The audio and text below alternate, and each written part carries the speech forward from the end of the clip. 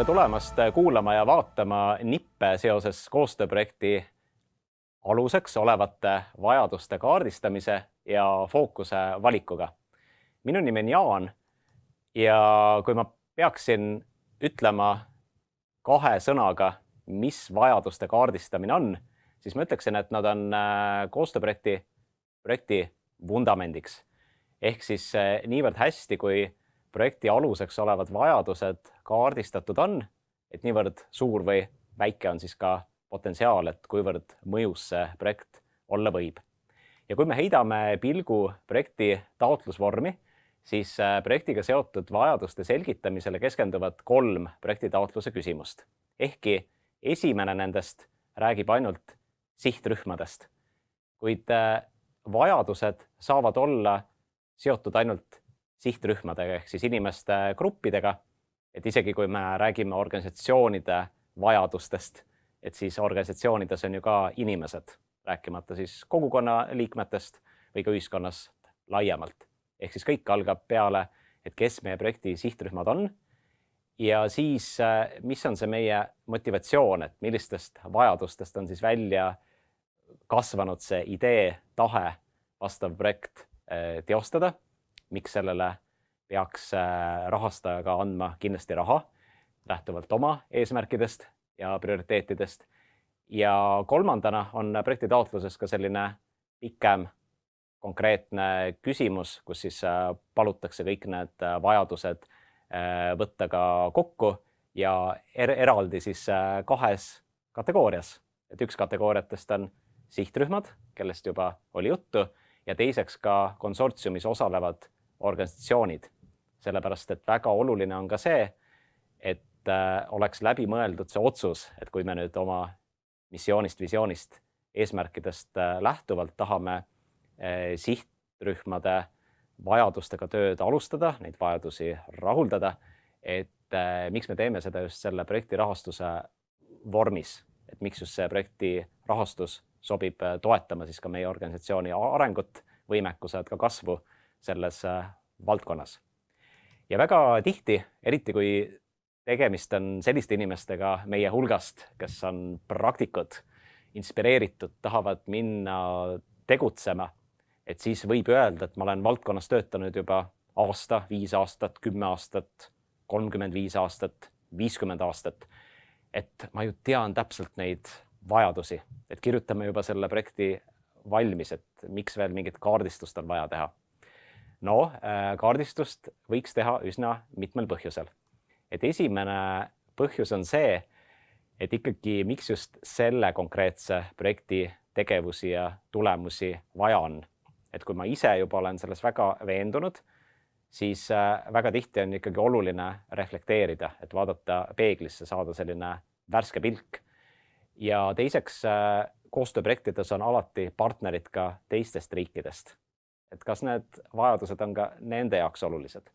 Ja kindlasti hindajad, et võib-olla meie ja projekti partnerid oleme nendes vajadustes väga veendunud, kuid kui me täidame selle osa projekti taotlusest väga kiirustades, siis projekti hindajad, kes meie valdkonnaga nii hästi kursis ei ole, need samad projekti hindajad võivad muidu väga intelligentsete ja kogenud inimestena vaadata sellele taotlusele peale ja neil võrreldes teiste taotlustega ei teki sellist veendumust, et ikkagi need vajadused piisavalt põhjendatud on. Et isegi kui me ise oleme väga kindlad, tasub ikkagi vajaduste läbimõtlemisse aega panna, et see kindlus tekiks ka teistel osapooltel, kaasa arvatud hindajatel.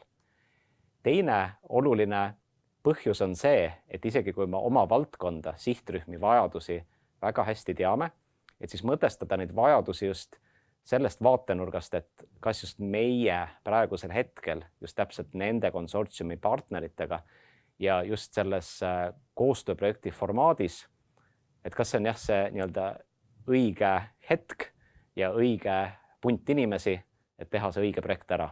Või muidu on kõik vajaduste osas õige, kuid näiteks täpselt need partnerid ei sobi ikkagi neid rahuldama.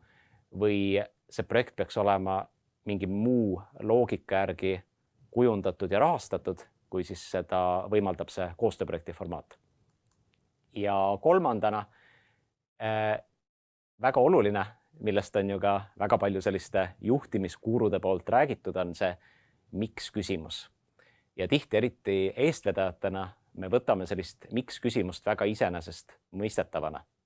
Kuid selleks, et asju ära teha, meil tuleb ju töötada koos teiste inimeste, teiste organisatsioonidega ja nende jaoks see nii selge ei pruugi olla, eriti kui siis hakkab peale projekti elluviimine, tekivad esimesed väljakutsed nii korralduslikult kui sisuliselt, et siis see läbimõeldud ja hästi kommunikeeritud vajaduste plokk aitab ka kogu aeg hoida seda miks küsimuse vastust silme ees.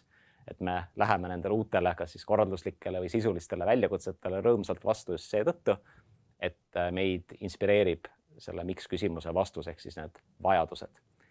Ja vajadusi tasub kaardistada vähemalt 3 tasandil.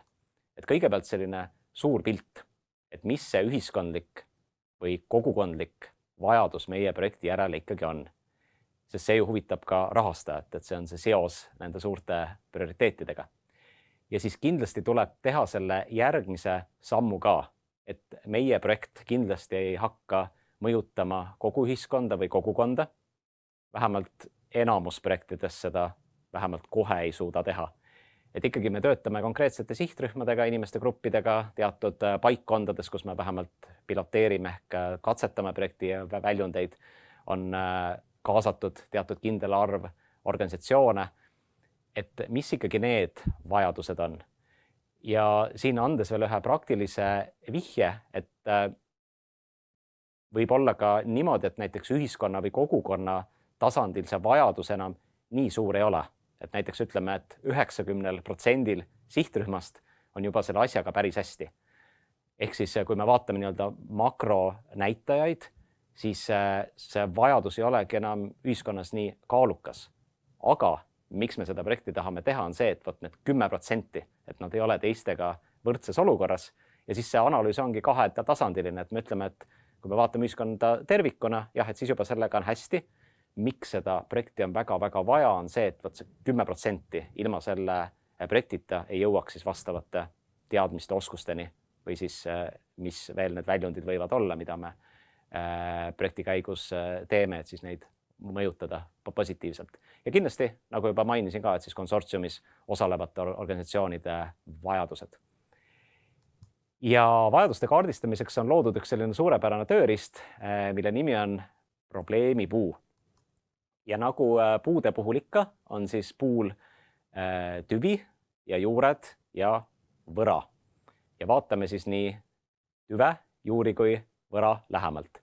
Et kõigepealt puutüvi on siis see peamine probleem, et kui me hakkame seda projekti taotlust nüüd konsortsiumiga arendama, et mis see peamine probleem on, et millele me keskendume. Ja siis hakkame selle peamise probleemi kohta küsima miks küsimusi, et miks see probleem ikkagi olemas on. Ja siis tuleb ilmselt hulk vastuseid põhjuste kohta. Ja küsime omakorda nende põhjuste kohta küsimusi, aga et miks niimoodi on? Ilmselt tuleb hulk vastuseid veel. Ja nii võib minna üsna mitu kihti veel nende juurtega allapoole. Ja siis suuname pilgu puu võra poole, kus on siis lehed ja viljad ehk siis tagajärjed. Ja neid tagajärgi võib ka olla mitu kihti, et teatud tagajärgedel on omakorda tagajärjed või siis sellised probleemi pikemaalised mõjud.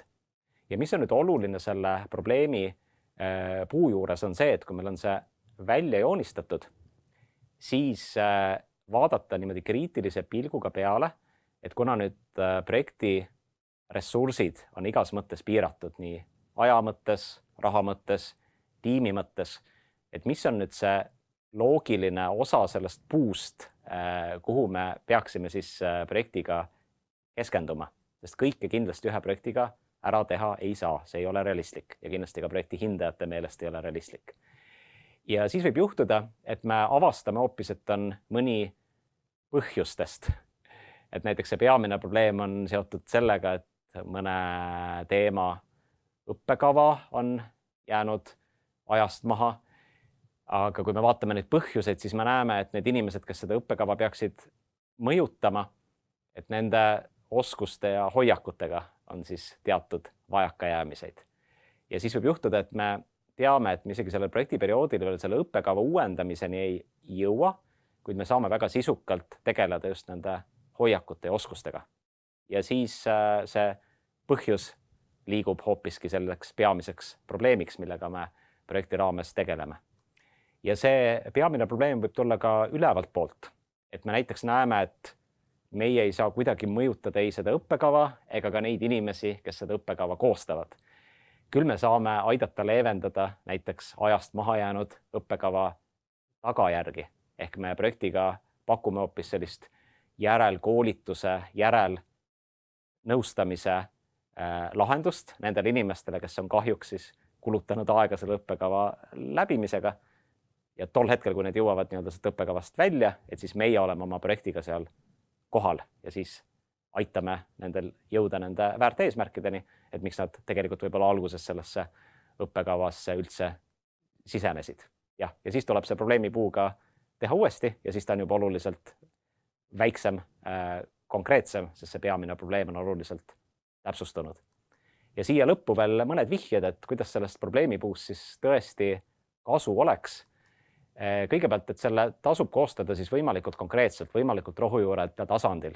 Et näiteks, kui me tegeleme ka mõne sellise väga suure olulise teemaga, nagu näiteks kliimamuutus, siis loomulikult võib ka konsortsiumiga niimoodi enda harimiseks, kogemuste jagamiseks teha ka kliimamuutuse probleemipuu globaalselt, kuid selleks, et see probleemipuu aitaks tõesti projekti hästi läbi mõelda, et näiteks me tegeleme kliimamuutuse teemaga kokku siis 25 koolis, kes on erinevatest riikidest sellesse projekti kaasatud. Vot selle probleemipuu siis peaks tegema nende 25 kooli vajaduste kohta.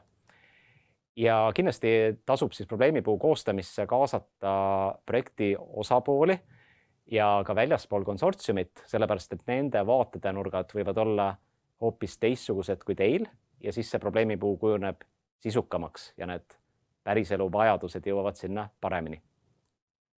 Ja kindlasti tasub visandada mitmeid probleemipuid, et siis ka nad ei muutu niimoodi liiga suurteks ja vähe hoomatavateks, vaid ongi, et üks on võib-olla kogu valdkonna kohta, teine on siis need vajadused, millega meie tegeleme konkreetses selles projektis ja üks probleemipuu veel käsitleb siis ka konsortsiumi liikmeid.